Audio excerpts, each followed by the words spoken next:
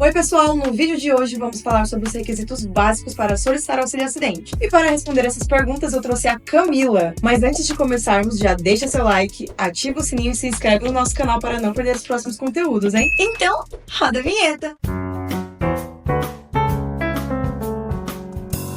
Então vamos à primeira pergunta. Camila, quem pode solicitar um auxílio acidente e quais são os requisitos para o benefício? Para solicitar um auxílio acidente, qualquer segurado do INSS que tenha sofrido um acidente e ficou com uma sequela que reduz a capacidade de trabalho, pode entrar para solicitar esse benefício. O que é importante lembrar? Que ele tem que estar na qualidade de segurado quando ele sofre esse acidente. Inclusive, nós já temos vários vídeos aqui no canal, eu vou pedir para o pessoal da produção deixar aqui na descrição, falando sobre os períodos de graça, que são os períodos que a pessoa não está trabalhando registrado, não está no modelo CLT e ainda assim podem ter direito a benefícios do INSS, como por exemplo o auxílio acidente. Então, o primeiro requisito mais importante é esse, estar na qualidade de segurado quando sofreu o acidente. Segundo, ter sofrido um acidente de qualquer natureza. Não interessa se esse acidente foi na rua, se foi de férias, se foi quando não estava trabalhando, se foi no percurso de casa e trabalho, se foi, sei lá, numa viagem. De qualquer forma, se sofreu um acidente e esse acidente deixou uma sequela, também pode ser solicitado. E o último deles é essa sequela. Essa sequela que ficou, ela precisa necessariamente impactar de alguma maneira no trabalho. Mesmo que minimamente. A gente usa muito exemplos de algumas profissões específicas, né? Então, assim, o exemplo do mecânico, por exemplo, ele trabalha usando as mãos, né? Para poder fazer consertos e reparos. Se ele sofre algum acidente que impossibilita de movimentar o punho, por exemplo, isso vai atrapalhar no trabalho dele. De alguma forma, a gente sabe que isso vai interferir. Um vendedor que sofre um problema no joelho, não consegue ficar tantas horas em pé, isso vai influenciar no trabalho dele.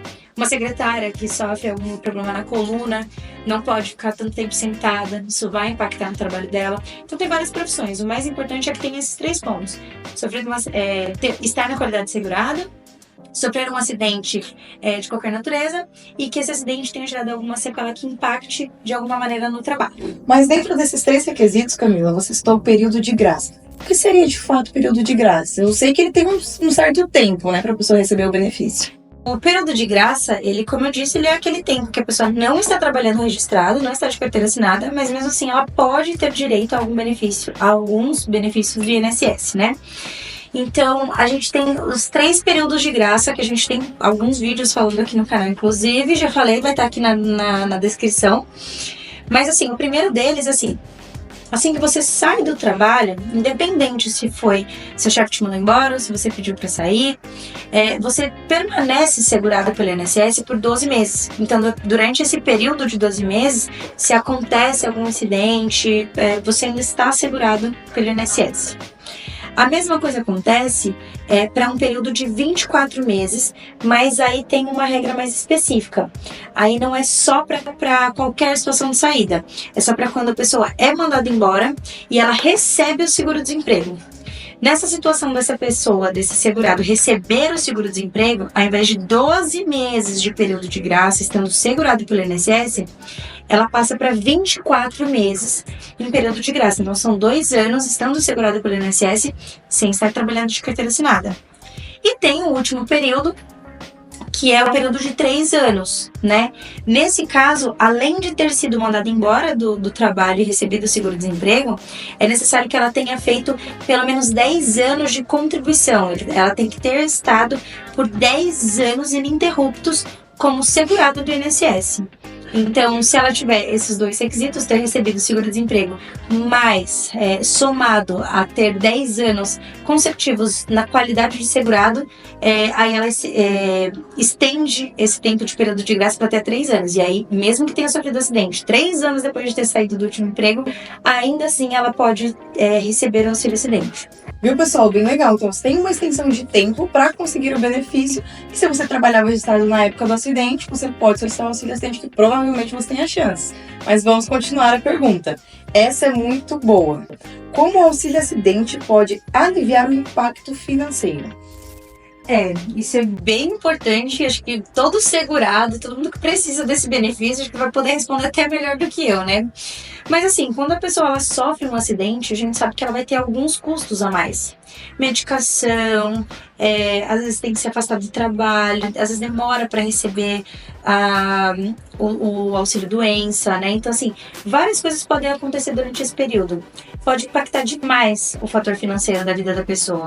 Então, o auxílio acidente, ele vem justamente para ajudar com relação a isso. Então, esse benefício do auxílio acidente, ele é indenizatório. Então, ele não vai impedir a pessoa de continuar trabalhando. Então, quando ela se recupera, quando a INSS entende que ela teve alta ali do auxílio doença, que ela pode voltar a exercer a atividade laboral, a exercer a atividade de trabalho dela, aí ela entende que essa pessoa vai precisar de um complemento de renda por conta da redução da capacidade de trabalho. Quando essa pessoa recebe esse complemento, ela pode continuar trabalhando normalmente. Então, esse dinheiro ele vai vir justamente para ajudar com essas contas que ficaram no período que ela ficou afastada, que ela precisou tomar medicação, que ela precisou se afastar do trabalho. Então, são várias coisas que eu sei que podem impactar na vida da pessoa. Às vezes, até uma outra pessoa da família tem que abandonar, às vezes, um pouco o trabalho para poder ajudar essa pessoa que sofreu esse acidente. Então, são casos e casos, né? Mas no fim das contas, esse dinheiro ele vem para ajudar, né? E ele é metade de um salário, aproximadamente, né? Metade do salário que recebia quando sofreu o acidente, ou do último trabalho, né? Então, ele realmente dá uma ajudada mesmo, ele dá uma complementada na renda de uma maneira bem significativa para muitas pessoas. Então, ele não substitui de fato o salário, mas ele ajuda, ele complementa. E se você tem uma sequela ali permanente ou parcial, que você não consegue exercer a sua função, você pode trabalhar mesmo que com outro modelo de trabalho, no caso. Pode. Sou pedreiro, mas hoje eu consigo trabalhar pelo computador, falando, porque eu não tenho a mesma capacidade, e ter esse complemento, ter a minha renda e um complemento. Com certeza. Então, assim, mesmo que você precise mudar de função, mudar de trabalho, não tem problema. O importante é que esse benefício ele vem para complementar mesmo. Então, assim, é totalmente diferente, né, da aposentadoria por invalidez, por exemplo, que a gente sabe que não pode continuar trabalhando. O auxílio acidente, ele é só um complemento da renda. Então, você pode continuar trabalhando, pode mudar de função, pode fazer outra coisa, se aquilo não te gera desconforto. O importante é que você entenda que uma coisa não vai excluir a outra. Perfeito, então já fica essa dica, hein, pessoal? Se você já está recebendo auxílio acidente, você pode seguir trabalhando normalmente e ter essa renda aí complementar. Vamos continuar para a terceira pergunta. Quais lesões são consideradas auxílio acidente? Essa é uma ótima pergunta. Essa é muito boa, porque muita gente pergunta isso. Até porque, assim, quando a pessoa sofre um acidente, tem algum impacto na vida dela, ela nunca tem certeza se aquele acidente específico pode dar direito ao auxílio acidente. Mas o que é importante entender? Que o que conta para receber o auxílio acidente não é a lesão, né? Inclusive, acho que é importante falar sobre isso. A gente também tem um vídeo aqui falando da diferença entre lesão e sequela. É muito importante que você que precisa desse benefício assista esse vídeo para entender bem a diferença entre os dois. Então, assim, para dar um resumo, a lesão é aquilo que ela sofre, ela tá afastada por conta daquela lesão. Então, ela quebrou um braço. Isso é a lesão, né?